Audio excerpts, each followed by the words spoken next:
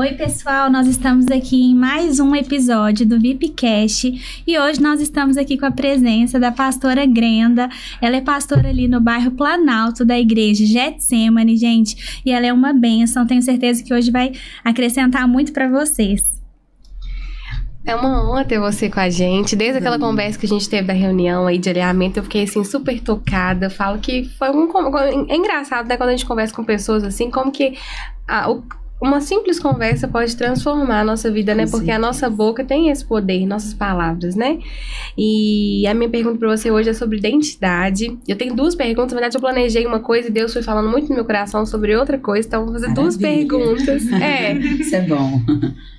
A primeira pergunta é o que, assim, né, tem a ver com o nosso projeto, assim, como as mulheres, na verdade, como a gente pode fazer para não perder a identidade, tendo uma vida tão cheia de tarefas, tão cheia, assim, que às vezes a gente desconecta um pouco do que Deus fez a gente para ser, para poder dar conta de tantas coisas, mulheres que são mães sozinhas, né? Como que ela faz para não perder essa identidade dela em Cristo, assim, esse lado delicado, esse lado, assim, mais frágil? E também, a outra pergunta é sobre identidade também, mas como a gente pode fazer para restaurar a nossa identidade quando a gente vem de uma trajetória cheia de feridas, de pessoas que colocaram as coisas em nós e nos fizeram acreditar que a gente é isso, a gente é aquilo. Como faz pra gente restaurar, assim, quem nós somos? Porque isso tudo que as pessoas falam com a gente são mentiras ao nosso respeito, né? Que a gente é problemática, a gente não termina o que começa, a gente é fresca, escutei isso, me doeu tanto recentemente, a gente é isso, a gente é aquilo. Como faz pra gente ter confiança naquilo que o Senhor fez a gente pra ser, nossa identidade? Primeiramente, eu quero expressar minha gratidão às três, tá? Por essa oportunidade tão linda e a Deus, primeiramente, por esse privilégio de poder ter conhecido vocês. Eu acho que isso realmente é, como você diz, traz muito conhecimento, muita graça, conhecer, trocar experiências, relacionamentos, tudo isso. E realmente eu tenho certeza que esse relacionamento veio para ficar. E, parabéns desde já, porque já pude presenciar alguns aqui. Eu achei sensacional o trabalho de vocês. Muito obrigada de coração. E que pergunta, né?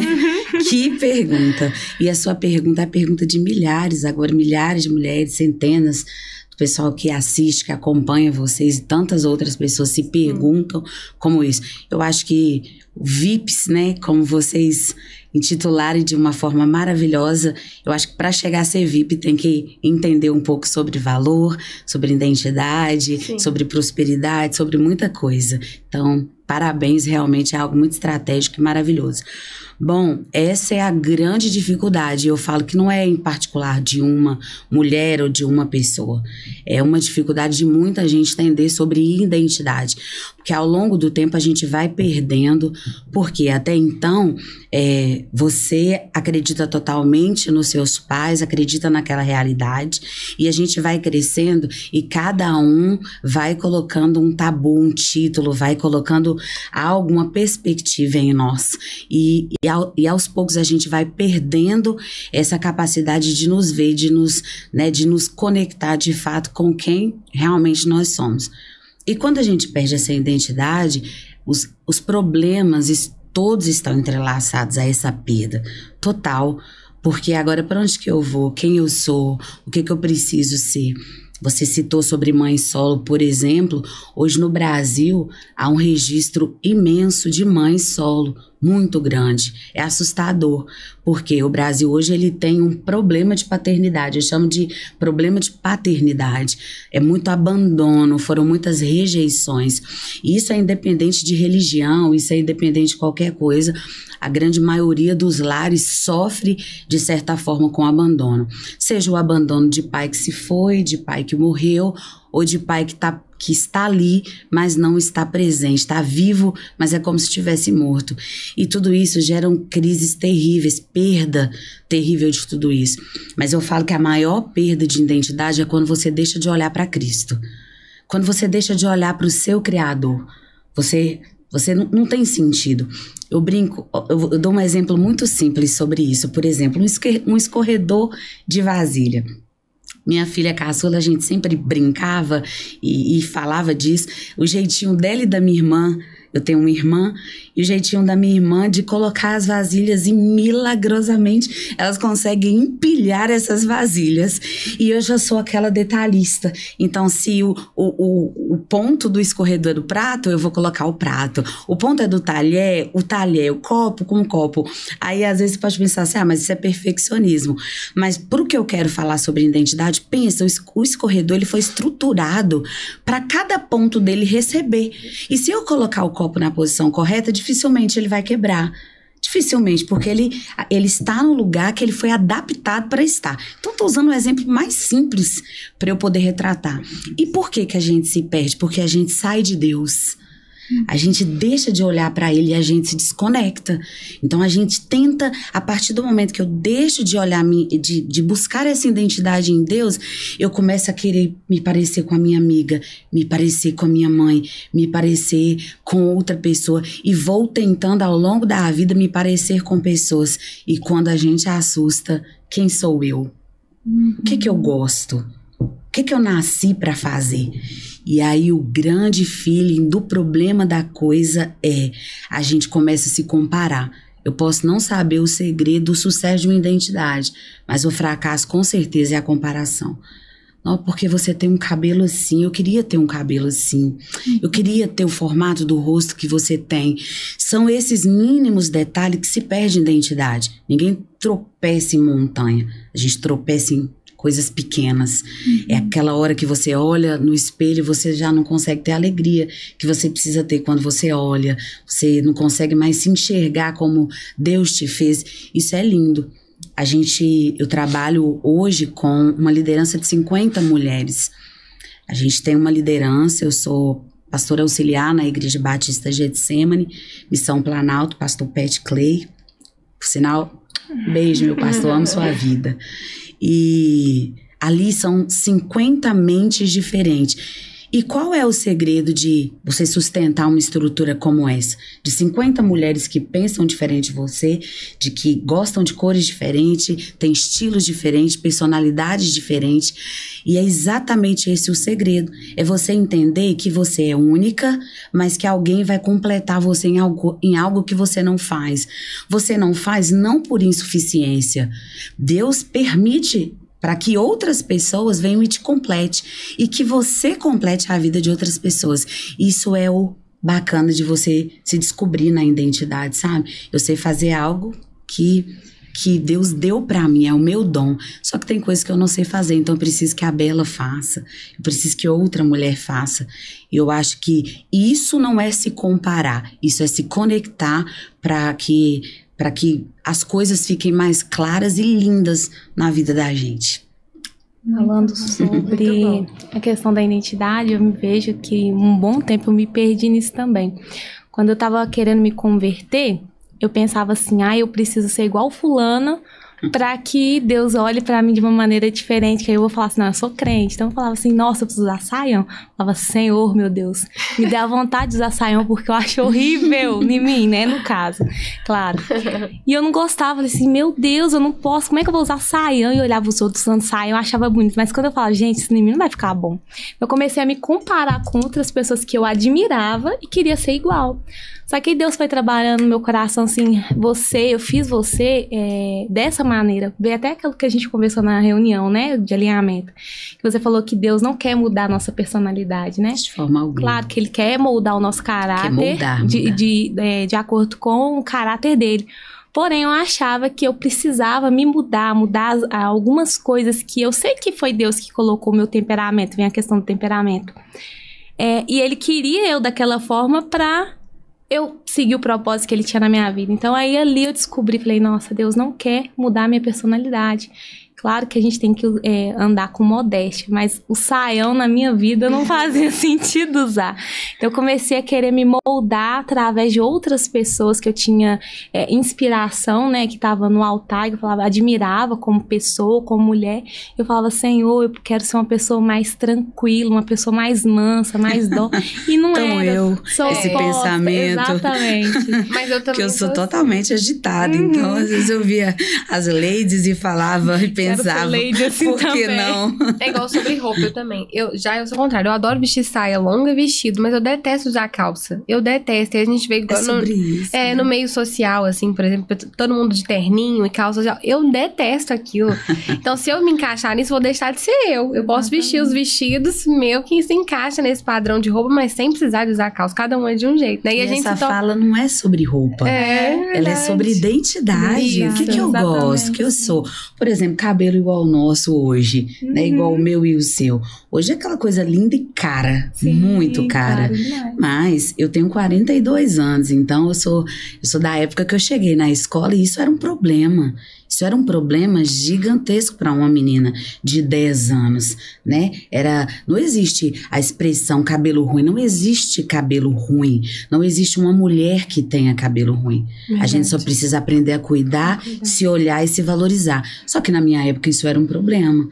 Só que foi tão lindo que desde sempre eu me olhava, desde sempre, desde muito pequena.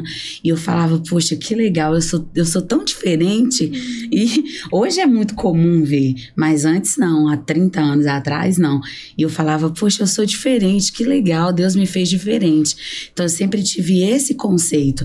Então hoje o que é... Esses dias eu estava no centro da cidade, a mulher brincou e falou assim, cabelo, 1.500, bora cortar. Eu falei, não, pede de novo, porque se você pedir de novo, do jeito que estão as coisas, eu vou cortar. Mas assim, é sobre isso, é o meu cabelo.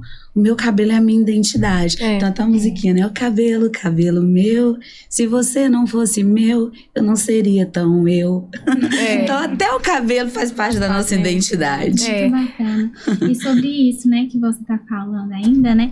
Eu acho muito legal a gente aprender a valorizar realmente todos os pontos, aspectos, igual você falou sobre o cabelo e tudo mais, mas tem muitas partes também da nossa personalidade que a gente às vezes rejeita, né? Que a gente pensa, isso não é pra mim, isso não sou eu. Eu lembro que quando eu tava aprendendo um pouco, até mesmo sobre temperamento, que o pessoal tava falando e tudo, temperamento, perfil comportamental, essas coisas, eu me identificava e rejeitava. Eu falava, eu não sou assim, eu não quero ser assim.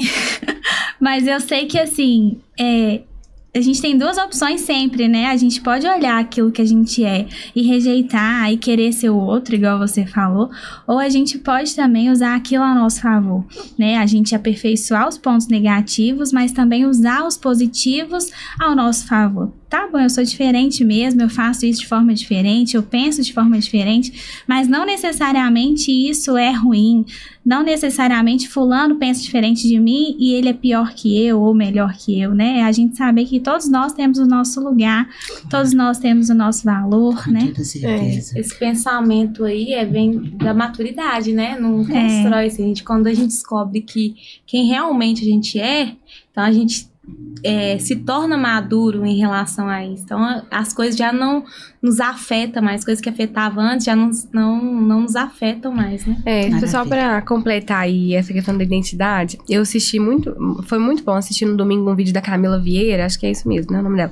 E ela falou justamente sobre isso. Ela falou assim, ó, Deus, aí existe o plano de Deus, né? Aí nasce um bebezinho ali. Existe o plano de Deus para aquela criança que vai se tornar um adulto, vai dar tudo certo, e às vezes ela vai ter poucos obstáculos no caminho, e existe a pessoa que vai ter um monte de obstáculos. Talvez exista o bebê ali que nasce que a mãe não vai dar atenção por diversos motivos, né? E aí às vezes aquela criança ela começa a desconectar daquilo que Deus fez para ela, começa a ter um monte de problema e envolver com pessoas, e as pessoas vão falando as coisas, é tudo mentira sobre ela, né? Coisa assim que às vezes, tudo bem, a gente tem defeito, todo mundo tem defeito, né? E a gente tem que adaptar da melhor forma. Mas às vezes também coisa sobre nós é mentira. É o que o outro, é da visão do outro. Com certeza. E as pessoas vão plantando aquelas coisas, né? A gente vai desconectando quem que a gente é. Aí você fica confuso sobre a sua identidade. Será que eu sou isso mesmo? Mas entendeu? Então assim, eu acho que, e isso aí que você falou sobre paternidade, eu acho muito interessante, porque realmente é um problema que a gente vê que as pessoas têm, mas assim, e o quanto as mulheres são feridas por isso, né, assim, e aí vão acreditando em coisas, vão fazendo coisas que não são pra elas fazer, então é um desafio a gente manter a nossa identidade, e a gente tem que trabalhar nisso, porque cada um merece ser amada do jeito que é, né? Claro, só pontuando, por exemplo, essa questão ela é séria não apenas em não ter, como em ter em excesso também. Todo excesso mostra uma falta, eu sempre digo isso. Todo excesso mostra uma falta. Então, por exemplo, se a gente pegar, mais uma vez, se a gente pegar sobre identidade, olha que coisa que você está pontuando exatamente o fato das pessoas te emplacarem, né? Dizer Sim. o que é ou não. Se eu falar hoje assim, vamos trazer um pouco para a Bíblia, né? Se eu falar hoje assim, Pedro, a primeira coisa que vem na nossa cabeça, negou Jesus 3 vezes. Judas. Quantos Judas vocês conhecem? Fala se vocês conhecem pelo menos 3 pessoas com o nome de Judas. Ninguém quer colocar. Mas ele fez coisas boas. Ele teve um período com Jesus, ele comeu com Jesus à mesa. Ele também operou milagres, ele fazia parte dos 12. Só que o que marcou Judas foi a traição e não aquilo de bom que ele fez. E como que eu vou romper isso? Você falou na questão, como que eu vou restaurar a identidade? Então eu olho para Pedro, eu logo lembro, Pedro negou Jesus. Eu olho para Paulo, o perseguidor. Eu olho para Judas, o traidor. Como que eu vou romper isso? Só a graça, só olhando de volta para Deus. Então, olhando de volta para Deus, agora eu não sou mais Paulo, o perseguidor. Agora eu sou o apóstolo Paulo, o cara.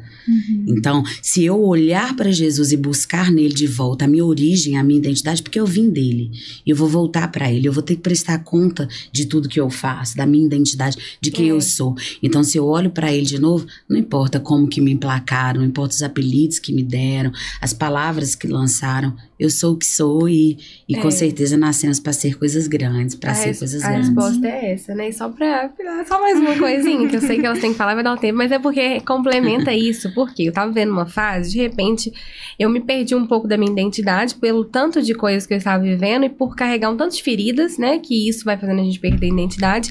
E eu sabia que a saída era Jesus de novo, né? E aí eu tive um testemunho que, assim, esse final de semana foi um divisor de água, até depois daquela conversa que a gente teve.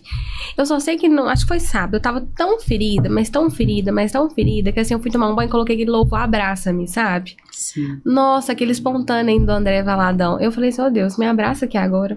Eu preciso, sabe? Quando você tá assim, totalmente... Que linda. Maravilhoso, Bela. Que bom poder compartilhar isso com você. Eu acho que é sobre isso. A gente mostrar, a gente se expor e falar assim, a gente tá aqui lutando. Não é isso? As VIPs, não é sobre isso? Eu tô aqui lutando, eu tô aqui me expondo para que você aprenda com as minhas lições, para que você saiba que você também vai chorar no seu empreendedorismo e que nós somos humanos, assim como vocês. A gente não tá aqui porque somos melhores, mas porque a gente tá lutando. Então, é sobre lutar e não sobre o que a gente passou. E nisso eu vejo você fazendo todos os dias. Exatamente. A gente reconhecer, né? Que, querendo ou não, a gente é frágil, né, gente? A gente tem coisas que a gente passa no decorrer da vida, até que a gente estava falando sobre com a Lívia, os nossos desafios, os nossos sacrifícios que a gente tem diariamente, né? Voltando o ponto sobre falsa modéstia, que engloba um monte de coisa, né? Fala um pouco pra gente sobre falsa modéstia. Por que você tá me fazendo essa pergunta? Fala pro pessoal. Gente, o que te marcou? Nossa, eu fui num culto dela. Nossa. Eu preciso me justificar, né? A gente frequentou... Linda. Eu fui na Cura Church, né? Que é a igreja que eu frequentava antes. E essa palavra mexeu muito comigo sobre falsa modéstia. Eu saí lá impactada e falei, gente, eu preciso trazer a pastora aqui, porque mais pessoas precisam ser impactadas como eu fui. Então eu apresentei ela para as meninas e olha pra você ver o impacto que ela tá fazendo aqui na vida de todo mundo, né? E elas na minha, com toda certeza. Bom, vamos lá, né? Eu amo esse tema. Eu abordo esse tema pro resto da vida.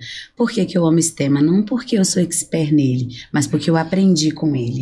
A falsa modéstia está totalmente ligada à falsa humildade. A gente está falando de empreendedorismo. A gente está falando de crescimento. A gente está falando de colocar a cara a tapa mesmo. Liderar é isso. Você só vai saber se vai dar certo se você arriscar. Pode ser que dê errado e você vai ficar sabendo que deu errado. Mas você só tem como saber se deu certo se você arriscar. E a falsa modéstia, ela atrapalha em que sentido no empreendedorismo, por exemplo? Você sabe que você tem habilidade, expertise para algo, mas A falsa modéstia, ela te impede de assumir isso. E muitas pessoas confundem você se reconhecer o que você é bom, que você é bom para fazer, o que você é capaz de fazer, com a soberba. São duas coisas completamente diferentes. Porque se você não acreditar que aquilo que você mesmo se propôs para fazer, você é capaz de fazer, o que vai ser? O que vai ser do seu projeto? O que vai ser do seu sonho?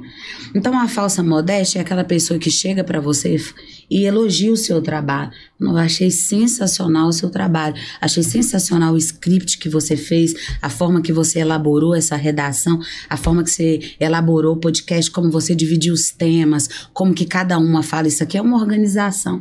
E aí a gente chega e dá esse elogio e a pessoa ele não consegue receber. Mas no fundo ele sabe o que ele quer, mas ele publicamente ele não reconhece aquilo que estão fazendo para ele. Não reconhece. Nossa, você tá tão linda. Ah, são seus olhos. Não, não são. Eu realmente estou linda. Eu realmente estou maravilhosa. Muito obrigada. Obrigada por reconhecer. Porque foi assim que eu saí de casa, sabendo que eu sou muito bonita, que eu tava muito elegante. Então, por muito tempo foi assim, né? Essa coisa de não entender, de não aceitar. Aconteceu um fato legal, compartilhei com vocês, vou compartilhar com as demais, acho que vai ser proveitoso. Eu cheguei numa reunião onde tinha homens e apenas eu estava lá de mulher, e nessa reunião surgiu um comentário lá e a pessoa falou: é muito fácil trabalhar com mulheres porque mulheres é maioria. E naquele momento minha falsa modéstia já tinha sido curada há muito tempo, e eu olhei para ele e eu disse: não é porque mulher é maioria, é porque eu sou competente. É porque eu sou competente. É porque quando tem muita gente dormindo, eu tô acordada. É porque quando às vezes a pessoa é a última a chegar, eu sou o primeiro a chegar. Quando a pessoa é a primeira a sair, eu sou o último a sair. Porque eu preciso aprender mais, eu tenho necessidade de aprender mais. Então eu precisei mandar embora essa falsa. Não é por causa que é maioria ou minoria. É porque eu sou boa no que eu faço. Eu me dedico. A glória sempre será só de Deus. Quem dá vida é Deus. Mas a Bíblia fala sobre honra. E se a gente não consegue nos honrar a nós mesmos, como que a gente vai fazer isso com outras pessoas? Então a falsa modéstia basicamente ela implica isso. Saiba receber também a crítica. Uhum. Qual o problema com a crítica? As pessoas elas podem realmente nos criticar. A crítica faz parte. Então saiba receber a crítica, aceite que você fez errado, mas quando você acertar, parte pro abraço, celebre, porque só você sabe o preço que você pagou para você acertar. Quantas vezes você errou para você poder acertar. E por fim, não tem nada mais complicado do que trabalhar com mulher. Mas também não tem nada mais maravilhoso do que isso. É verdade. Edifica, né? Isso aí. A mulher é edificadora. Uma coisa também que a gente gostaria de ouvir de você, né?